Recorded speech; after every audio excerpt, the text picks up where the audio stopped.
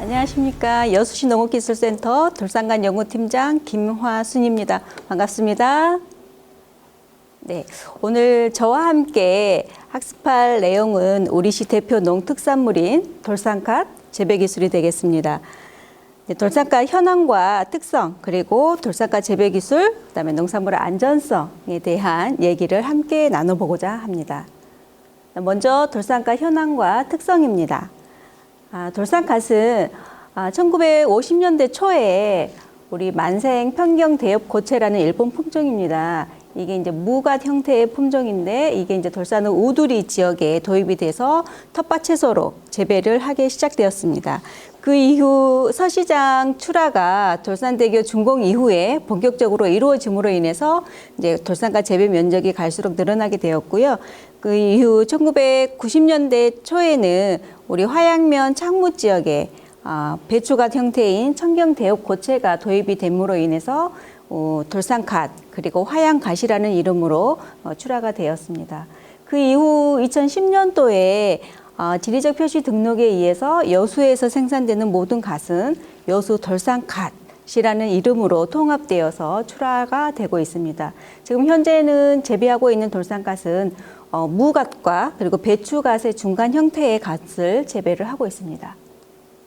그리고 돌산갓 현재 재배 면적입니다. 저희가 2020년도 기준으로 봤을 때 1208농가 그리고 재배 면적은 354.1헥타, 거기에서 생산되는 양은 39,282톤이 되겠습니다. 이 중에 돌산읍에서 80% 이상의 생산량을 차지하고 있습니다. 그리고 친환경과 GAP 인증 현황을 보시면 돌산갓 친환경 인증 면적은 14.3헥타, 그리고 GAP 인증 면적은 108.8헥타.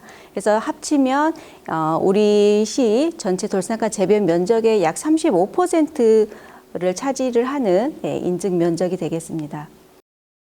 자, 그러면 39,282톤이 연간 생산이 되고 있는데 이 생산되는 돌산갓이 어떤 형태로 어떤 유통 경로를 가지고 있는지를 한번 보시겠습니다. 우리 돌산갓은 생산되는 양의 한 28%가 우리 지역 관내에서 유통이 되고 있고요. 나머지 72%는 수도권을 포함한 그런 대도시를 통해서 유통이 되고 있습니다. 그래서 관내에서 유통이 되는 돌산갓은 주로 생산하는 농가가 직접 수확을 해서 영농조합이라든지 농협이라든지 아니면 김치 업체에 직접 납품을 하는 그런 형태로 판매가 되고 있고요. 나머지 관외로 유통이 되는 물량 같은 경우는 가락동 시장을 비롯한 수도권의 그런 대형 도매 시장에 주로 출하가 되고 있고 지역 수집상을 통해서 김치 업체에 직접 납품이 되는 그런 형태로 유통이 되고 있습니다. 여기서 보시듯이 우리 돌산갓은 주로 중간 수집상에 의한 포정 거래가 95% 이상을 차지를 하고 있습니다. 자, 다음은 돌산갓 품종 개발과 보급 현황입니다. 보시면 저희가 2010년도 늦동이 품종 등록을 시작으로 해서 2018년도까지 알싸미, 매코미 그래서 총 10개 품종을 개발을 해서 등록을 했고요. 지금 현재는 늦동이 품종이 흰노가루병에 취약한 그런 단점을 보완을 하기 위해서 늦동이 내병성 품종과 그리고 돌산갓이 찬기온을 좋아하는 작물이다 보니 여름 재배에 취약한 그런 특성이 있습니다. 그래서 저희가 그 동남아시아를 비롯한 이 해외에서 자원을 수집을 해서 이 여름 재배에 적합한 그런 품종을 개발을 하기 위한 연구를 계속 해오고 있습니다. 그리고 저희가 2009년부터 자체 품종 개발한 이런 돌산갓 종자를 저희가 6개 품종에 대해서 3,800kg 정도를 농가에 무상으로 공급을 해오고 있습니다.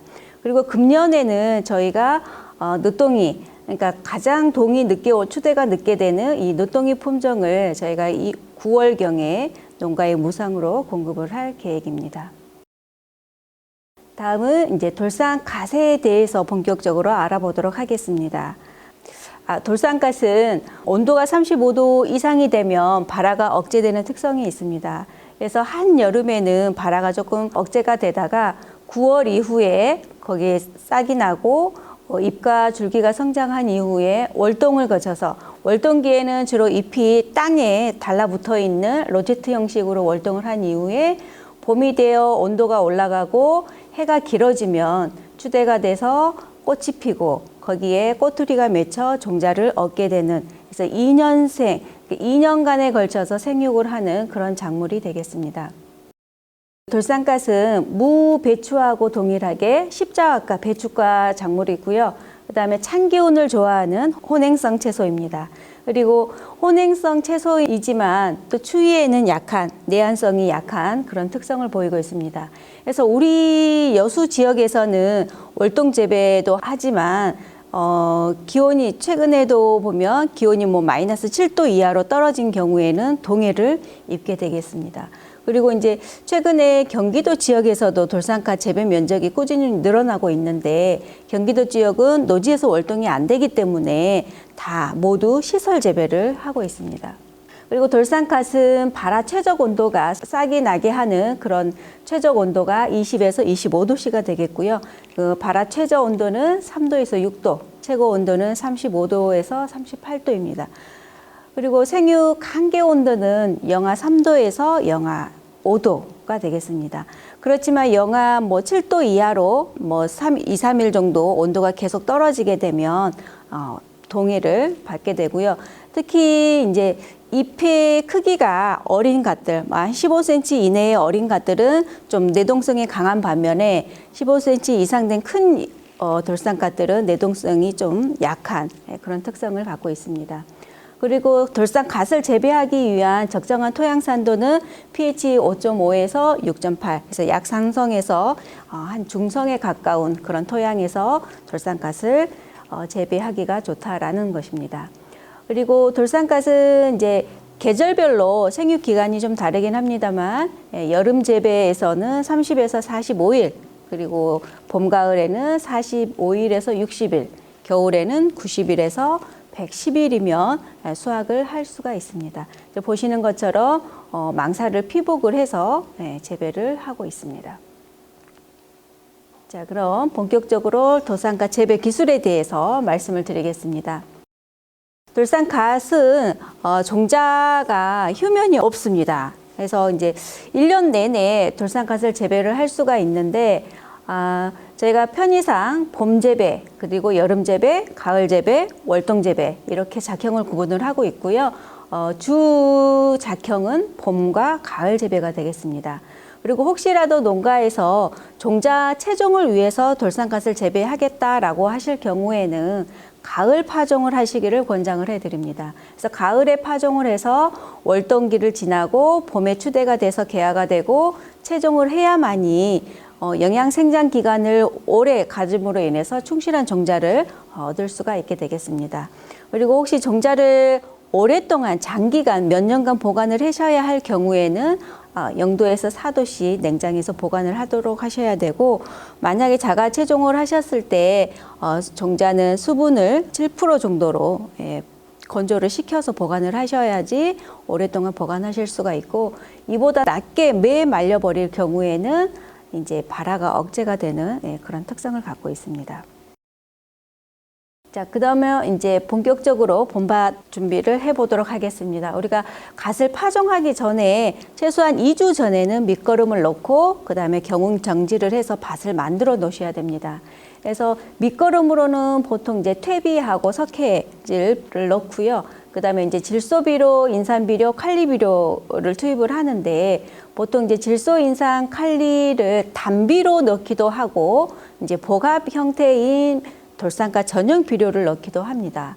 그래서 이제 보시는 것처럼 요거는 이제 표준 12량이기 때문에 질소를 밑거름으로 12kg, 그다음에 인산을 8kg, 칼리를 12kg 양을 투입을 해야 됩니다. 그렇다 보면 내가 단비로 요소를 줄 경우에는 밑거름으로 27kg, 그다음에 용가리는 40kg, 염화가리는 20kg를 주라는 얘기가 되겠습니다. 그렇지만 나는 이렇게 단비를 쓰지 않고 나는 돌산갓 전용 비료를 써서 그 재배를 하겠다라고 하실 경우에는 이 요소 용가리, 염화가리 대신에 돌산갓 전용 비료를 300평당 6포, 120kg를 투입을 하시면 되겠습니다.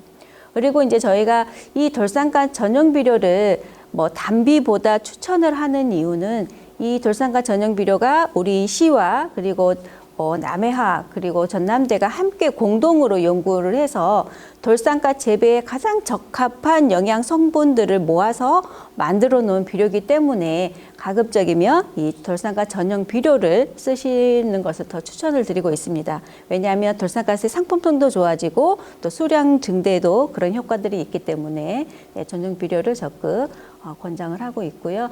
저희가 이제 밑거름 이후에 웃거름으로는 저희가 사실 질소 비료만 추비로 주시면 됩니다. 그래서 이제 질소 비료로 요소를 저희가 웃거름을 11kg, 300평당 11kg를 주기를 권장을 하는데 사실 농가들은 현장에서 가보면 이거에 한 3배 정도는 투입을 하고 계시더라고요. 그래서 이 요소 비료를 많이 주게 되면 잎하고 줄기가 급속하게 성장을 하죠. 웃자라면서 연약하게 크기 때문에 수확 후에도 돌산갓이 빨리 시들게 되고 이 돌산갓을 가지고 김치를 담아 놨을 때도 빨리 물러지는 그런 현상들이 일어납니다. 그래서 그만큼 갓 내지는 갓김치의 그런 품질을 떨어뜨리는 중요한 요인이 되기 때문에 웃비료로 사용하는 요소 비료는 적정 시비량인 300평에 11kg, 300평의 반 가마를 주신다라고 생각을 하시면 될 것 같습니다. 자, 다음은 이제 파종입니다. 돌산갓은 현재 농가들이 손으로 산파 흩어 뿌림을 하든지 아니면 보시는 것과 같이 동력 파종기를 이용을 해서 줄 뿌림을 하고 계십니다. 근데 이제 최근에는 돌산갓을 수집하는 수집상들도 마찬가지지만 이 파종기를 이용해서 그 재배한 돌산갓을 더 선호를 하시죠. 왜냐하면 이제 파종기를 이용을 하다 보면 결주율이 낮고 파종 간격이 일정하다 보니까 생육이 균일합니다. 생육이 균일하고 우리 농가들 입장에서는 기존에 손으로 뿌렸을 때에는 최소한 2번 내지 3번 섞음 작업을 해야 하지만 이 파종기를 사용을 하게 되면 1번 내지는 전혀 섞지 않고 재배를 하시게 되죠. 그렇다 보면 이 섞음에 들어갔던 노동력이 많이 줄어들 수가 있는 거죠. 그리고 이 파종기를 사용을 하게 되면 종자량을 4분의 1 정도로 줄일 수가 있습니다. 종자도 사실 구입해서 사용을 하기 때문에 굉장한 부담인 거죠. 종자 구입비가. 그래서 이 동력 파종기는 저희가 2013년부터 시에서 보조 사업으로 지원을 하고 있습니다. 금년에도 저희가 지원을 하기 때문에 혹시 필요하신 분들은 신청을 하시면 될 것 같습니다.